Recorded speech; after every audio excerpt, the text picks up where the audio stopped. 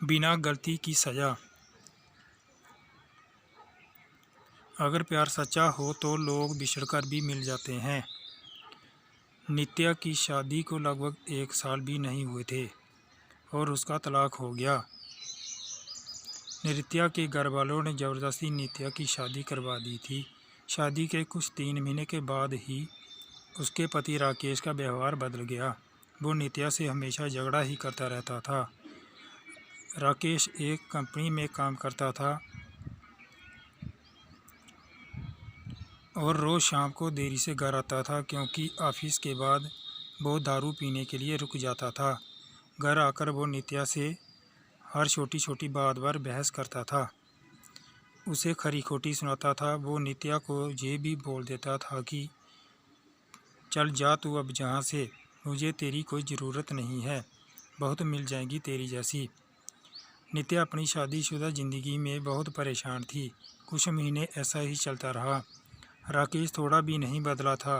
फिर नित्या ने सोचा कि अब वो और उस रिश्ते में नहीं रह सकती और उसने राकेश से तलाक लेने का फ़ैसला कर लिया और फिर उनका तलाक हो गया। तलाक के बाद नित्या ने अपने मम्मी पापा को सब कुछ बता दिया और उन्होंने नित्या को बहुत डांटा कि क्या हो गया था ऐसा कि तलाक ले लिया। अब क्या करेगी, कहाँ जाएगी, कौन करेगा इससे शादी। ये सब सुनकर नित्या ने उनके साथ रहने से इनकार कर दिया। वो एक छोटी सी कंपनी में काम करने लगी और कंपनी द्वारा दिए गए घर में रहती थी। नित्या उसका ये व्यवहार चुपचाप सहन कर रही थी। उसने अपने घर वालों पर भी इसके बारे में कुछ नहीं बताया था। वो अपने घर वालों से नाराज़ थी। उन्होंने ज़बरदस्ती उसकी शादी जो करवाई थी। नित्या अविनाश से प्यार करती थी और जब ये बात नित्या के घर वालों को पता चली तो उन्होंने ज़बरदस्ती उसकी शादी करवा दी। अविनाश उस वक्त कुछ नहीं कर पाया क्योंकि नित्या के पापा ने अविनाश के खिलाफ़ पुलिस कंप्लेन कर दिया था कि वो नित्या को परेशान करता है और इसी कारण वो कुछ दिनों के लिए जेल में था। ये सब के बारे में नित्या को नहीं पता था।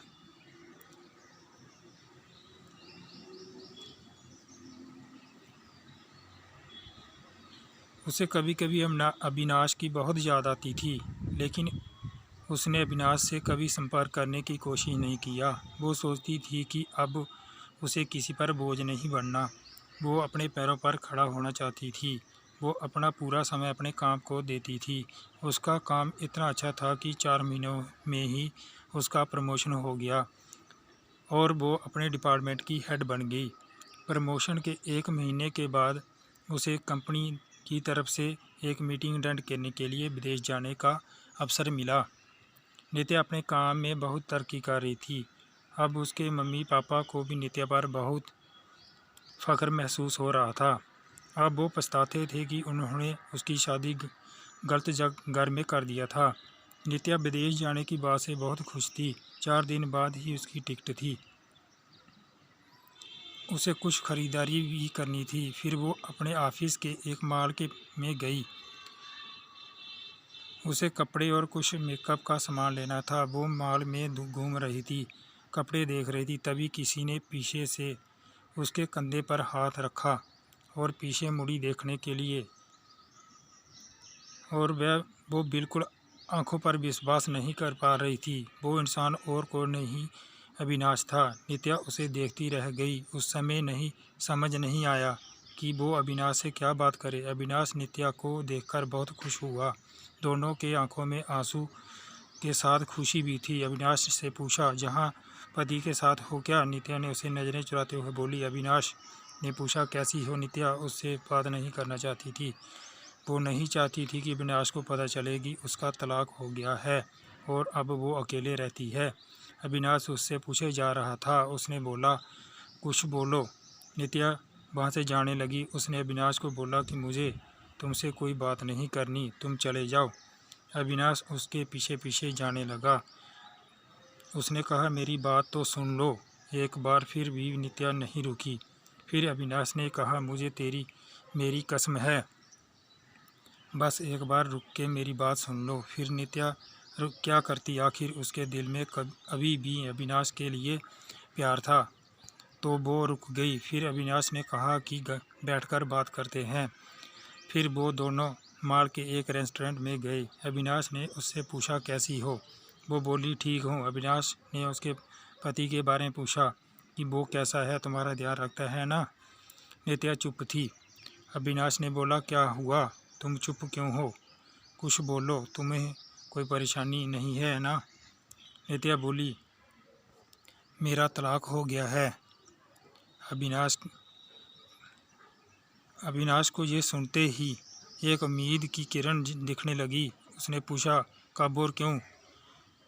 नित्या ने उसे सब बताया। अविनाश ने बोला फिर अब तुम अकेले क्यों रहती हो, तुम अपने मम्मी पापा के पास क्यों नहीं गई, जहाँ मुझे क्यों संपर्क करने की कोशिश क्यों नहीं की।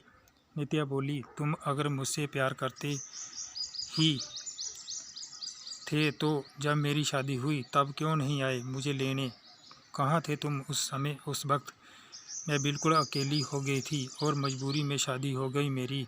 अविनाश ने पूछा क्या तुम्हारे पापा ने नहीं बताया कि उन्होंने मुझ पे पुलिस कंप्लेन कर दिया था, मैं जेल में था कुछ महीने। ये सुनते ही नित्या चौंक गई। उसने कहा कि मुझे इसके बारे में कुछ नहीं पता। अविनाश ने उसे पूरी बात बताई। नित्या बोली मैं माफ़ी मांगती हूँ तुमसे अपने पापा की तरफ से। अविनाश ने कहा अब वो बात को जाने दो, मैं भूल चुका हूँ, वो सब अभी की बात करो। अविनाश ने बिना देर किए उसने पूछ लिया क्या अब तुम मुझसे शादी करोगी। नित्या बोली अभी 2 दिन मैं अपने कंपनी की तरफ से विदेश जा रही हूँ, एक मीटिंग के लिए, उधर से लौटकर इसके बारे में बात करते हैं। अविनाश ने कहा पहले ही बहुत इंतज़ार किया है, अब और इंतज़ार नहीं होता, लेकिन फिर भी जैसा तुम कहोगी वैसा ही होगा। दोनों ने अपना फ़ोन नंबर एक दूसरे को और घर गए। अविनाश उसे रोज़ फ़ोन करके उसका हाल चाल पूछता रहता था। एक सप्ताह बाद नित्या अपनी मीटिंग ख़त्म कर के लौट आई। अविनाश उसे मिलने के लिए बोल रहा था, लेकिन नित्या अपने ऑफिस में बहुत व्यस्त रहती थी। उसने कहा कि हम परिवार को रविवार को मिलेंगे। फिर वो दोनों रविवार को उसी मॉल में मिले।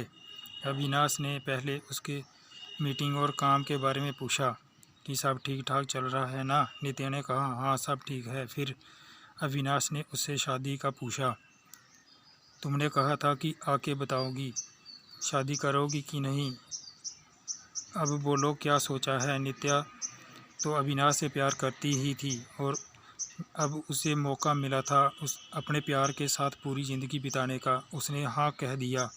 दोनों बहुत खुश थे। नित्या ने अपने घर पर अविनाश के बारे में सब कुछ बता दिया और इस बार उसके घर वाले उसके इस फैसले से मान गए, क्योंकि पहले उनसे एक गलती हो चुकी थी। अब वो फिर से अपनी बेटी को तकलीफ में नहीं देखना चाहते थे। 1 महीने के बाद उनके परिवार में उनकी शादी करवा दी।